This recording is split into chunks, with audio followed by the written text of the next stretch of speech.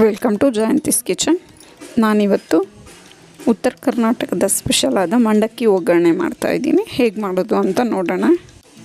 ನಾನು ಈ ಒಗ್ಗರಣೆ ಮಾಡೋಕ್ಕೆ ಈ ರೀತಿ ಕಡಲೆಪುರಿ ತೊಗೊಂಡಿದ್ದೀನಿ. ಸ್ಟವ್ ಹಚ್ಕೊಂಡು ಪಾತ್ರೆ ಇಟ್ಕೊಳ್ಳೋಣ. ಇದಕ್ಕೆ ಒಂದು 5ರಿಂದ 6 ಟೇಬಲ್ ಸ್ಪೂನ್ ಎಣ್ಣೆ ಸೇರಿಸ್ಕೊಳ್ಳೋಣ. ಎಣ್ಣೆ ಚೆನ್ನಾಗಿ ಕಾದ್ಮೇಲೆ ಅದಕ್ಕೆ ಸಾಸಿವೆ ಸೇರಿಸ್ಕೊಳ್ಳೋಣ, ಒಂದು 1/4 ಟೇಬಲ್ ಸ್ಪೂನಷ್ಟು.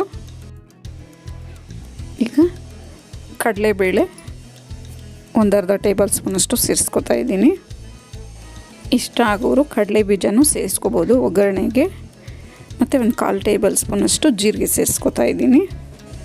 ಈಗ ಕರಿಬೇವು 1 ಟೇಬಲ್ ಸ್ಪೂನಷ್ಟು ಸೇರಿಸ್ಕೊತಾ ಇದ್ದೀನಿ. ಈಗ ಒಂದು 4 ಹಸಿಮೆಣಸಿನ್ಕಾಯಿ ಸೇರಿಸ್ಕೊತಾ ಇದ್ದೀನಿ. ಇದೆಲ್ಲ ಒಂದು ಸ್ವಲ್ಪ ಫ್ರೈ ಆದಮೇಲೆ ಈರುಳ್ಳಿ ಸೇರಿಸ್ಕೊಳ್ಳೋಣ. ನಾನೊಂದು 2 ಈರುಳ್ಳಿಯಷ್ಟು ತೊಗೊಂಡಿದ್ದೀನಿ. ಈ ಒಗ್ಗರಣೆ ಅಂತೂ ತುಂಬಾ ಚೆನ್ನಾಗಿರುತ್ತೆ ತಿನ್ನೋಕ್ಕೆ, ಸ್ಮೂತಾಗಿ ಮೆತ್ತಗೆ. ಈಗ ಅರಿಶಿನ ಪುಡಿ ಸೇರಿಸ್ಕೊಳ್ಳೋಣ, ಒಂದು 1/4 ಟೇಬಲ್ ಸ್ಪೂನಷ್ಟು. ಈಗ ಇದನ್ನೆಲ್ಲ ಮಿಕ್ಸ್ ಮಾಡಿಕೊಂಡು ಈರುಳ್ಳಿ ಒಂದು ಸ್ವಲ್ಪ ಫ್ರೈ ಆಗೋವರೆಗೂ ಫ್ರೈ ಮಾಡ್ಕೊಳ್ಳೋಣ. ಈಗ ಈರುಳ್ಳಿ ಒಂದು ಸ್ವಲ್ಪ ಫ್ರೈ ಆಗೋಷ್ಟರಲ್ಲಿ ನಾವು ಈ ಕಡಲೆಪುರಿನ ತೊಳೆದು ನೀಟಾಗಿ ಒಂದು ಬಟ್ಲಿಗೆ ಸೇರಿಸ್ಕೊಳ್ಳೋಣ. ಇದನ್ನು ತೊಳೆಯೋಕ್ಕೆ ಇದಕ್ಕೆ ನೀರು ಸೇರಿಸ್ಕೊತಾ ಇದ್ದೀನಿ. ಈ ರೀತಿ ಚೆನ್ನಾಗಿ ಎಲ್ಲ ನೆನೆಸಬೇಕು ಅದರಲ್ಲಿ ನೀರಲ್ಲಿ. ನೆಂದ ಮೇಲೆ ನೀಟಾಗಿ ಅದನ್ನು ನೀರು ಹಿಂಡಿ ಒಂದು ಪ್ಲೇಟ್ಗೆ ತಗೊಳ್ಳೋಣ. ಈಗ ಈರುಳ್ಳಿ ಒಂದು ಸ್ವಲ್ಪ ಫ್ರೈ ಆಗಿದೆ. ಇದಕ್ಕೆ ಟೊಮೊಟೊ ಒಂದು ಸೇರಿಸ್ಕೊಂಡು ಇದನ್ನು ಅಷ್ಟೇ ಚೆನ್ನಾಗಿ ಫ್ರೈ ಮಾಡ್ಕೋಬೇಕು.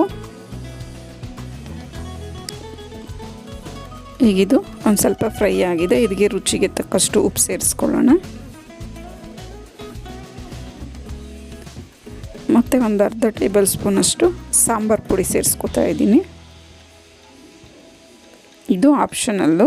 ಸಾಂಬಾರು ಪುಡಿ ಬೇಕಾದರೆ ಸೇರಿಸ್ಕೋಬೋದು, ಬೇಡ ಅಂದರೆ ಸ್ಕಿಪ್ ಮಾಡ್ಬೋದು. ಇದೆಲ್ಲ ಚೆನ್ನಾಗಿ ಫ್ರೈ ಆಗಿದೆ. ಈಗ ನಾವು ತೊಳೆದಿಟ್ಕೊಂಡಿದ್ದಂಥ ಕಡಲೆಪುರಿನ ಇದಕ್ಕೆ ಸೇರಿಸ್ಕೊಳ್ಳೋಣ.